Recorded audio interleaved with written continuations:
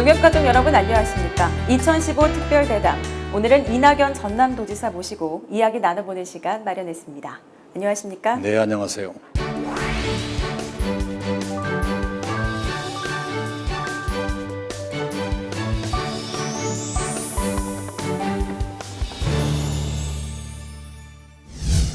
지금 현장의 목소리를 듣기 위해서 정말 많이 노력하고 계시는 것 같은데요. 하루에 얼마나 많은 일정을 소화하고 계시나요?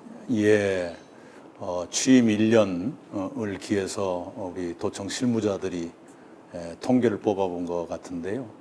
10건 이쪽 저쪽의 일정이 있을 거예요. 네. 그리고 주말 포함해서 도내 이동거리만 해서 하루 평균 357km 이동한 걸로 되어 있습니다. 많이 왔다 갔다 한다고 해도 꼭 좋은 건 아닌데, 그러나 전라남도가 워낙 넓고 또 가봐야 될 현장은 많기 때문에 좀 더 많이 다녀야 되겠다 하는 생각을 하고 있습니다. 현장에 직접 가시면 보고 듣고 느끼는 게 굉장히 많으실 것 같아요. 안타까움을 많이 느끼죠. 그리고 도가 더 많은 힘을 가지고 더 많은 일을 해야 할 텐데 그러지 못하는 것이 늘 아쉽고 안타깝죠. 네. 4선 국회의원이셨고 농림수산식품위원회 위원장도 역임을 하셨어요. 이전의 역할과 도지사 역할은 또 많이 좀 다른 점이 있을 것 같은데요. 어떤 점이 다른가요? 예, 우선 국회의원이나 농림수산위원장도 마찬가지고요.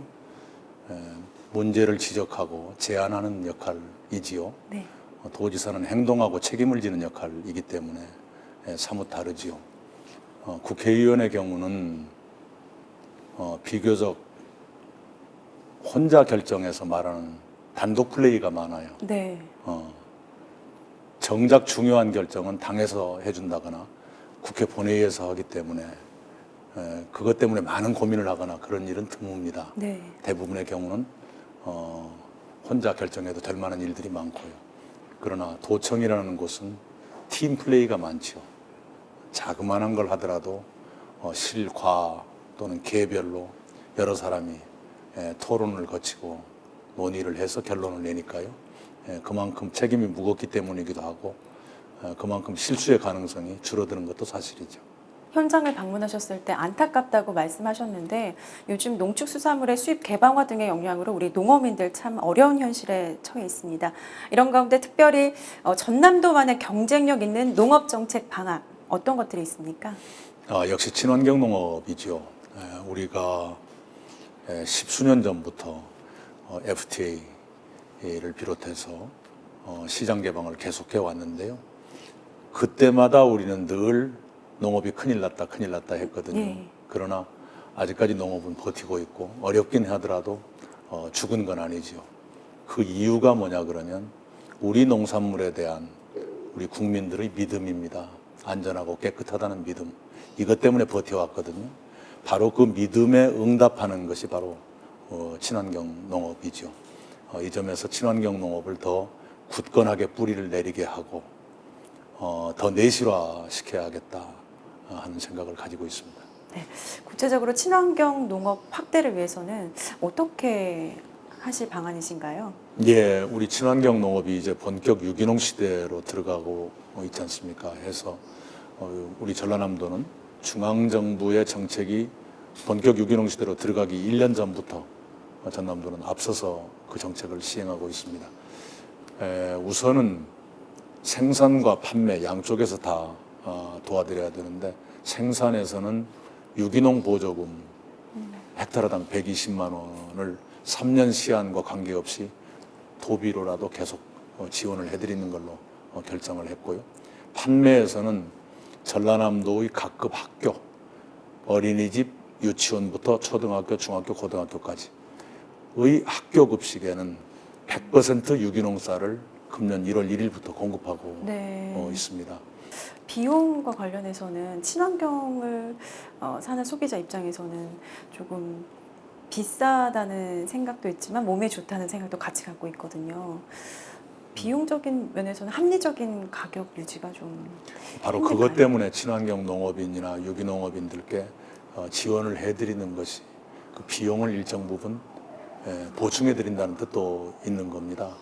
그리고 우리 주부들께서 주로 이제 주된 소비자이신데 네. 가계 지출에서 식비가 차지하는 비중이 그다지 높은 것은 아닙니다. 해서 특히 자라나는 아이들에게는 최상의 식품을 먹이는 게 아이들의 지금의 건강뿐만 아니라 아이들 평생 동안 건강과 식생활의 풍요로움을 주는 거니까 그것은 꼭 비싸다고 보지는 말았으면 좋겠다 이런 생각이고요. 학교의 경우도 손해볼 정도는 아닐 겁니다. 네. 그런데 거기에서 돈을 좀 남기겠다는 생각은 교육적이지가 않아요. 한편으로 또 생각할 수 있는 게 수출을 조금 더 확대하는 게 아닐까 생각이 드는데 취임 1주년 기자회견에서 중국 지향의 발전 전략을 짜겠다고 말씀을 하셨어요. 수출을 확대하시겠다는 목표인 것 같은데 예. 어떻게 추진하실 계획이신가요? 우선은 전담 부서를 만들었습니다. 예. 도 내에 만들었고 도 바깥에는 전문가들 그룹을 만들었어요. 그래서 안팎에서 협력을 하게 될 것이고 수출은 이렇습니다. 작년 1년 통계를 보니까 연간 대중국 수출이 농업 분야에서 3,900만 달러 이렇게 되는데 이것을 2018년까지 1억 달러 규모로 키우겠다는 생각이고 그걸 위해서 우리 직판장을 8월까지 중국 3군데 만들 계획입니다. 성도, 북경, 목단강 3군데 만들고 세계 최대의 전자상거래 망이 알리바바라고 네. 중국에 있죠. 그 알리바바의 전남 농수산관을 8월까지 신설하겠습니다. 그래서 그 온라인 판매도 동시에 늘려가겠다 이런 생각입니다. 네. 주로 이제 수출을 가장 잘 되는 작물이 어떤 건가요? 단일 품목으로 보면 유자차가 제일 많습니다. 아, 네, 고흥이 주된 생산지인데 유자차가 1등, 그 다음이 김, 미역, 다시마 순일 거예요. 그리고 중국의 내륙 지방을 중심으로 해서 냉동 수산물을 좀 보내달라 하는 요구가 있습니다. 2015 국제농업박람회가 오늘 10월에 열립니다. 올해로 2회째고 3년 만에 열리는 건데요. 박람회 준비 상황과 또 박람회에 거는 기대가 있으실 것 같아요. 예, 국제농업박람회는 저희가 2번째이지요. 네. 그런데 역시 국제 행사기 때문에 이름만 국제가 아니라 실제로 국제해야 되기 때문에 저희가 많이 걱정하면서 준비를 했습니다. 원래 목표가 제 기억이 맞다면 이럴 거예요. 20개국 350개 기관 이상의 외국 단체들을 모시겠다는 것인데 현재까지 접수되어 있는 것만 해도 초과 달성을 하고 있습니다. 20개국 390개 기관 정도가 참가 신청을 했어요. 네. 앞으로 더 들어올 것 같습니다. 그런 걸 보면서 우리 농업인들께는 세계의 농업이 어디까지 가 있는가를 보실 수 있는 기회를 드리고 우리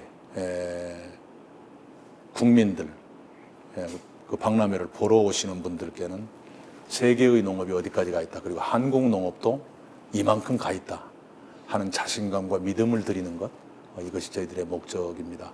기본은 소비자들께는 믿음을 그리고 우리 농업인들께는 자신감을 드리는 것이 저희들의 목표인데 걱정했던 것보다는 꽤 내실 있게 될 것 같다 하는 생각이 듭니다. 굉장히 진행되는 정책도 많고 하는 행사도 많은데 시장님 정말 바쁘실 것 같아요. 예.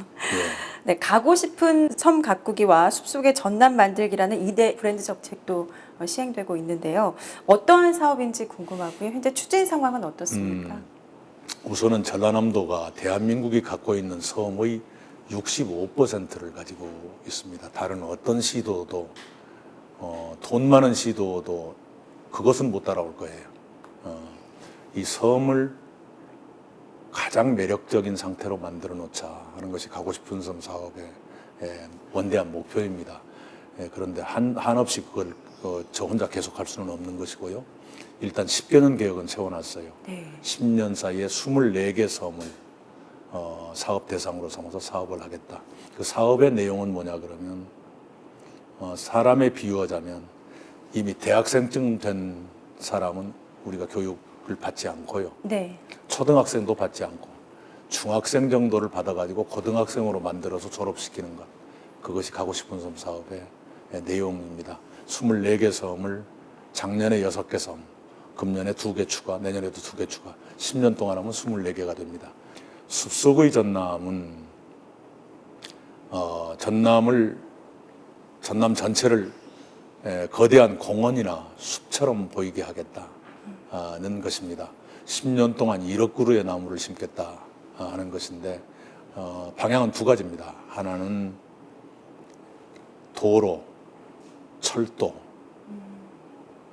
산단, 농공단지, 학교 부지 또는 마을, 폐가 이런 소규모의 주로 이렇게 산재되어 있는 곳은 경관숲, 경치를 아름답게 하는 숲을 조성하고 네. 간척지라든가 야산이라든가 좀 규모가 큰 곳, 여기는 소득숲, 돈이 되는 나무를 심어서 하겠다, 그런 계획입니다. 네. 환경도 잘 조성되고 관광 활성화에도 도움이 되는 뭐 일석이조 효과를 그렇습니다. 누릴 수 예. 있겠네요.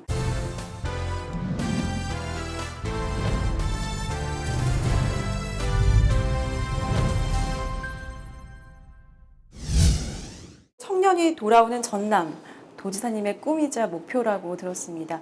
청년이 돌아오는 전남, 꿈이 참 쉽지 않아 보이기도 하는데요. 어떤 생각이신지? 예, 물론 젊은 시절에 공부하기 위해서 또는 내 꿈을 펼치기 위해서 더 큰 곳으로 간다. 그건 막아서도 안 되고 막을 수도 없습니다. 저 자신도 그런 사람 중에 한 사람입니다. 문제는 떠나는 걸 막을 수는 없을 때 그만한 사람들이 다시 돌아올 수 있게끔, 새로 들어오게 할 수 있게끔 전라남도가 힘과 매력을 가져야 되겠다. 네. 그런 사업입니다. 쉽지 않을 겁니다. 그러나 쉬우면 목표가 아니죠. 이대로 놔두어서 청년들이 계속 떠나도록 내버려 두어서는 전남의 미래가 없기 때문에 어떻게든 전남의 미래가 있도록 해야겠다는 절박한 심정에서 목표로 내건 것이 청년이 돌아오는 전남이죠. 감소 속도가 둔화되고 있고 최근 석 달 동안은 오히려 늘고 있습니다. 주된 이유가 우선은 혁신도시 네. 효과가 있어요. 혁신도시가 본격적으로 일을 한 게 이제 1년 남짓 됐는데요. 1년 동안에 혁신도시에 주민등록을 옮기신 분, 그러니까 혁신도시에서 일하지만 광주에 옮기신 분, 이런 분은 빼고 혁신도시로 옮기신 분만 해도 8,300명. 혁신도시에서 일하시는 분이 6,500명 선. 이렇게 될 거예요. 또 하나는 귀농, 귀여, 귀촌. 네. 예. 작년 1년 동안에 전라남도로 들어온 사람이 7,800명, 4,600가구입니다. 그 중에 60살이 넘으신 분이 25% 선이고 75%는 만 60세 미만, 말하자면 제2의 인생을 개척하기 위해서 오는 분들입니다. 늙었으니까 고향 가서 쉬겠다 하는 분이 다수가 아니라 오히려 다수는 제2의 새로운 인생을 개척하겠다 해서 오시는 분들이기 때문에 그분들도 넓은 의미에서는 청년이라고 봐야 되겠죠. 네. 우리 전라남도가 경제적으로 소득원이 좀 더 늘어나고 문화적으로 매력이 있고 여기서 아이를 키워도 아이의 장래에 손해가 아니다 하는 믿음을 드릴 수 있다면 청년이 돌아오는 전남은 실현 가능하다, 이렇게 보고 있습니다. 귀농 귀촌 인구가 굉장히 많은데요. 지원을 많이 해주시는 건가요? 이제 그런 것이 저희들의 고민입니다. 좀 더 늘려야 되는데 예산의 한계는 있고 분명한 것은 이렇게 돼 있을 거예요. 12, 13년 전 귀농 귀촌의 통계가 잡히기 시작한 그 시점에 전국적으로 귀농 귀촌자가 880가구인가 그랬을 겁니다. 네. 1년 동안에. 그것이 최근에 4만 가구 가까이 됐을 거예요. 네. 요컨대 12, 13년 사이에 근 40배로 늘어났습니다. 어마어마한 변화이죠. 예. 그러니까 저희들 성장기는 농촌을 떠나서 도시로 가는 것이 한국인들의 큰 이동의 예. 흐름이었는데 지금은 거꾸로 도시에서 어느 정도 살다가 농촌으로 돌아오는 것이 큰 흐름이다. 이렇게 봐도 될 것 같아요. 네.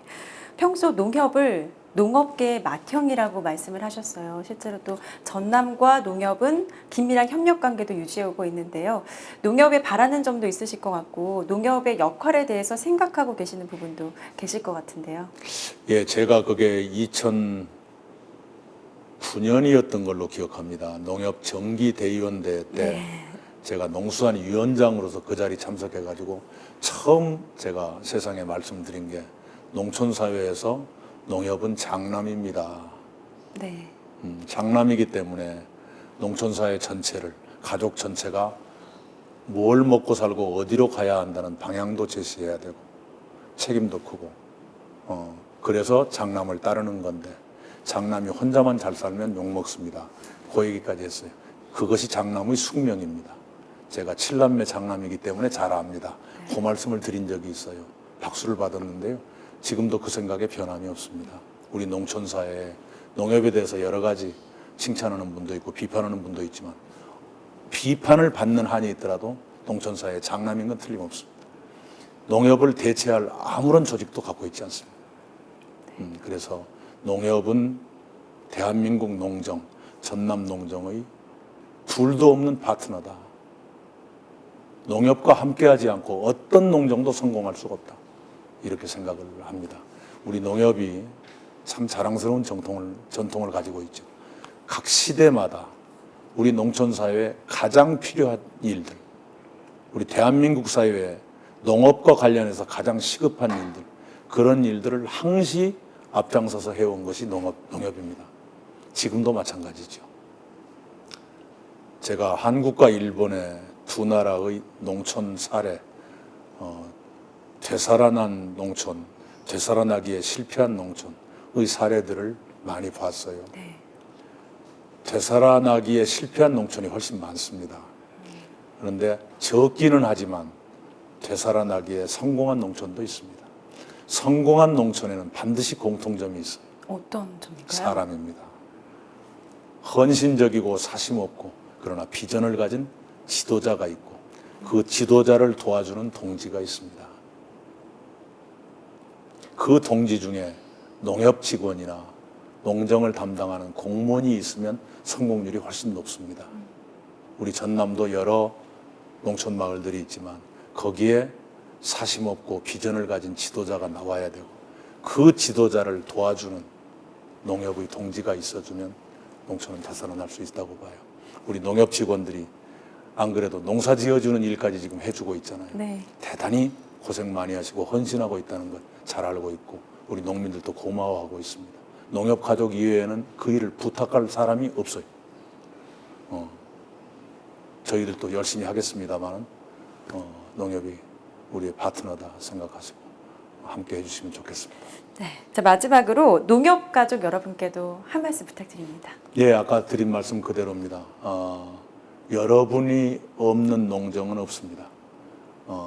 여러분이 길을 함께 가는 동반자다, 파트너다 생각하시고 늘 함께 해주시기 바라고 우리 시대에 농업에 가장 필요한 것 여러분도 잘 아실 겁니다.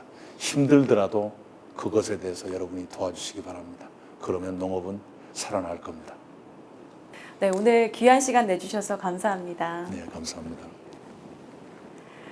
네, 2015 특별대담 오늘 순서는 여기까지입니다. 시청해주신 농협가족 여러분 고맙습니다.